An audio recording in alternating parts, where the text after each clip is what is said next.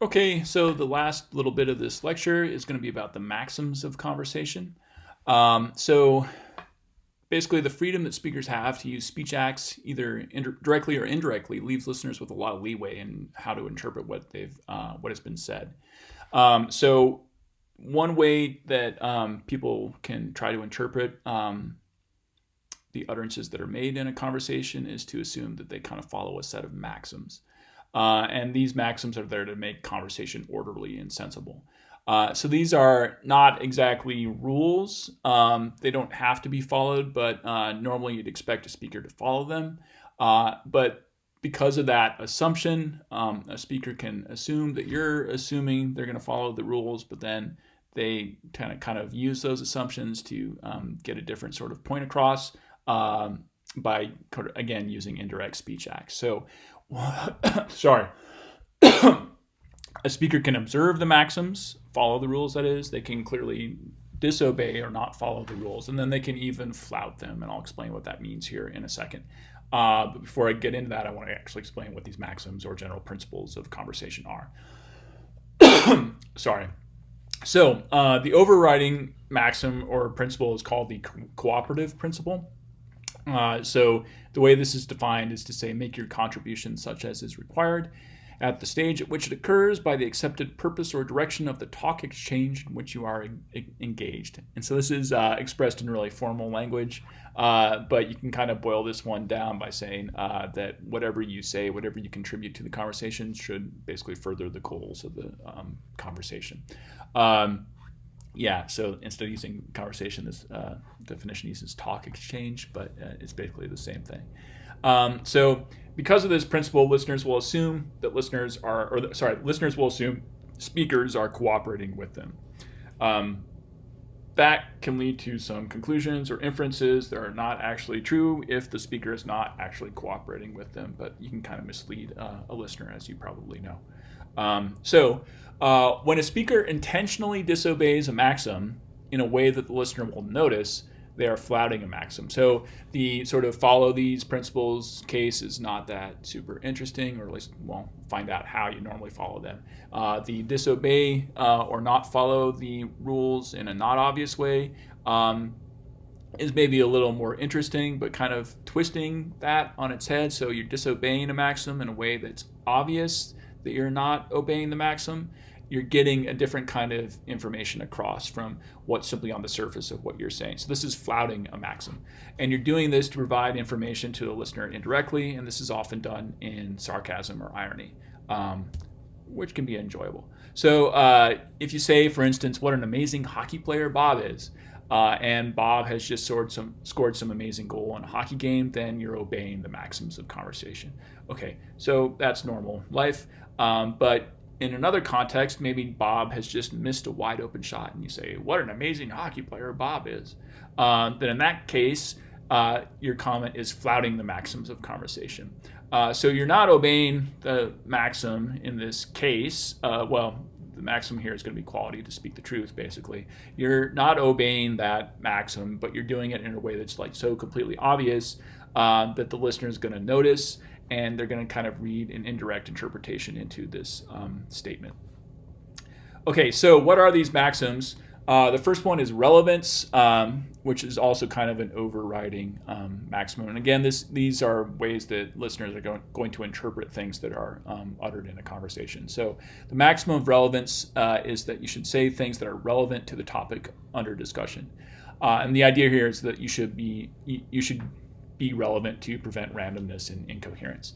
And when you stop and think about it or look at examples of this, it's actually really hard to sort of violate this maxim because people will almost always interpret what you say as being relevant to what's in the context.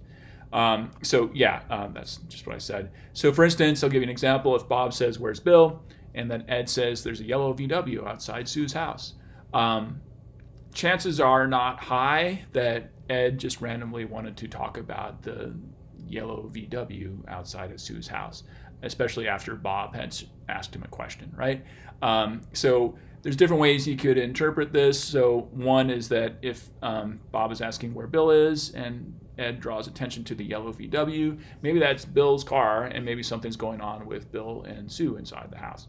Who knows? Or maybe, Ed is trying really hard to change the topic of conversation because something unfortunate has happened to Bill anyways. Or maybe he just is interested in Sue. I don't know.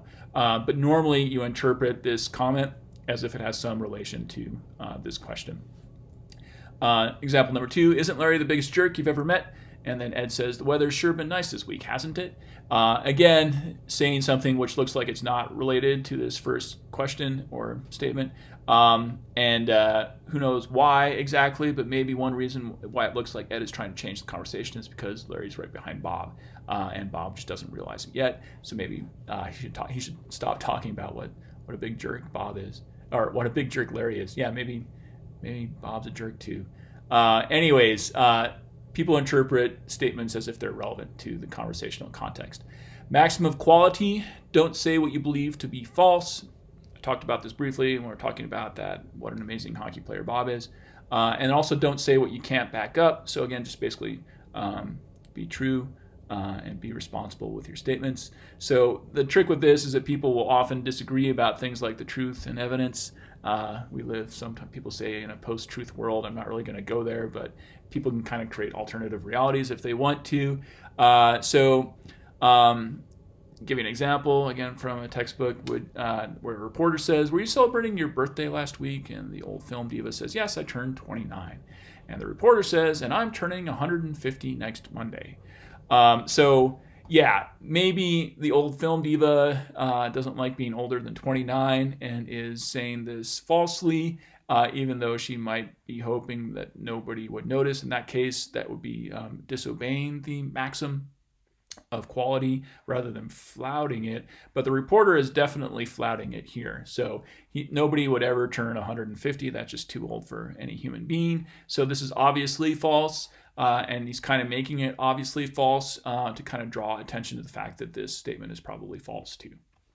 Okay, that's flouting the maxim here. Other quality floutings, Bob might say Chicago's in Kansas, right? And Ed says, and LA's in Idaho. So maybe Bob is genuinely ignorant of the fact that Chicago is not in Kansas and was legitimately asking a question about this.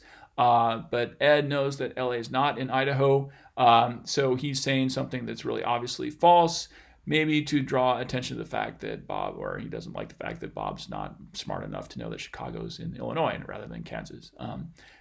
Maybe Ed's being the jerk here. So, example 2, Queen Victoria was made of iron. So this is a metaphorical expression. Queen Victoria was not actually made of iron, or at least not that much of her. And so this is kind of using this as kind of like an analogy, saying that she was a very strong or tough woman, right? So this is, on the surface of it, false, but in some indirect way, you can interpret it as being true or obeying the maxim of quality. Maxim number 3 is quantity, which is to make your contribution as informative as is required, and do not make your contribution more informative than is required. So when people ask you for information, provide the information that they're asking for effectively. Listeners are going to assume they're being told everything that they need to know. I'm sure we all know speakers out there who provide us with more information than we need to know or want to know. That happens all the time. Again, these are not strict and fast rules about how to engage in a conversation. They're just general principles, right? I can give you an example of somebody who once gave somebody else not enough information they needed to know or had requested to know. And this is a bit of a long story, but I'm an old man and you're a captive audience, so I'm going to tell the whole thing as much as I remember it. Anyways, back in the old days, I had a friend who was in law school at the University of Chicago in Illinois, speaking of, and he was a bit of a wild guy. So to give you an example of kind of his driving habits, after he finished law school in Chicago, he moved to DC and started working as a lawyer there. I lived in Ohio at the time, and I remember in the summer of '99, he had the idea, like, let's go to the Indy 500. Wouldn't that be fun? So he drove over to Columbus, Ohio, and we got in the car together and drove over to Indianapolis, about a 3-hour drive.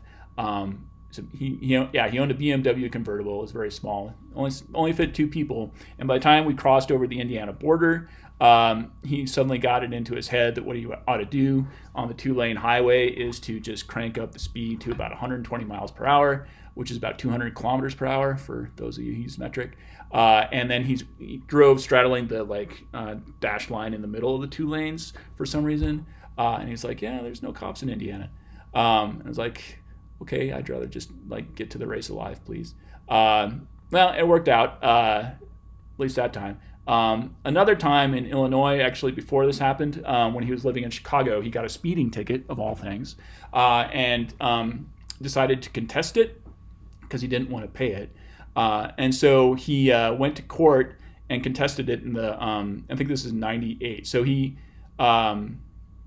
told the judge, the judge asked him, so what he said is he asked the judge to put a stay on the ticket, I believe is what it's called, which is to say basically postpone it until a point where he can pay it.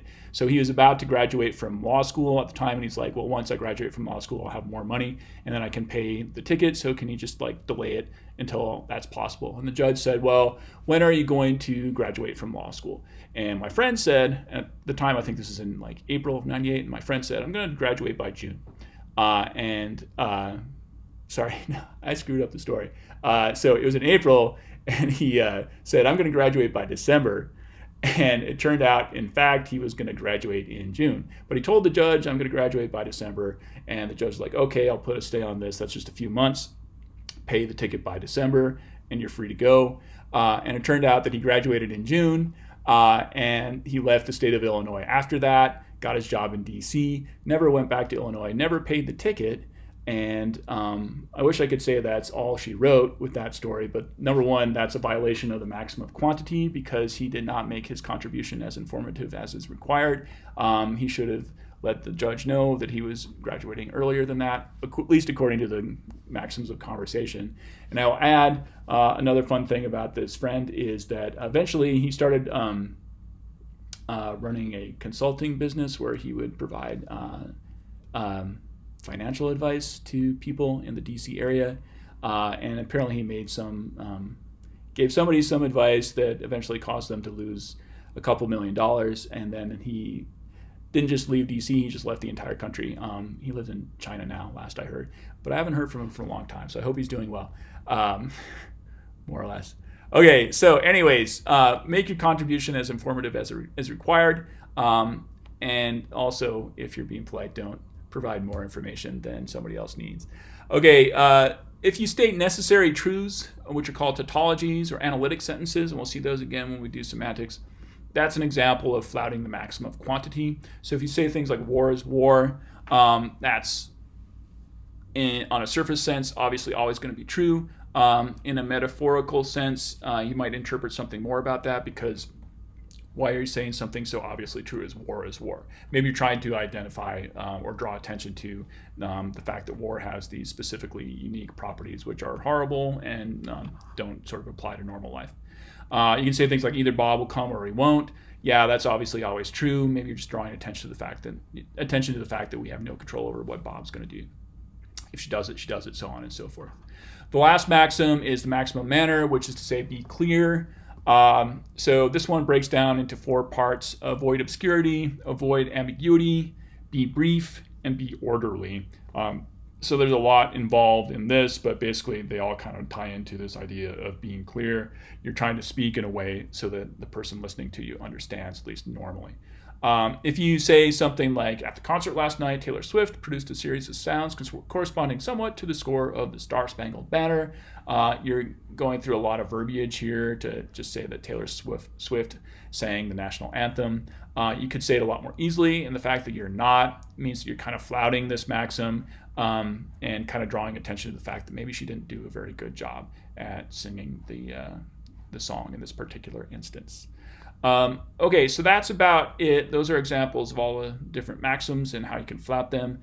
And that's all I'm going to say about pragmatics today, but we'll see how it ties into semantics in the next couple of lectures. So I'll see you guys then.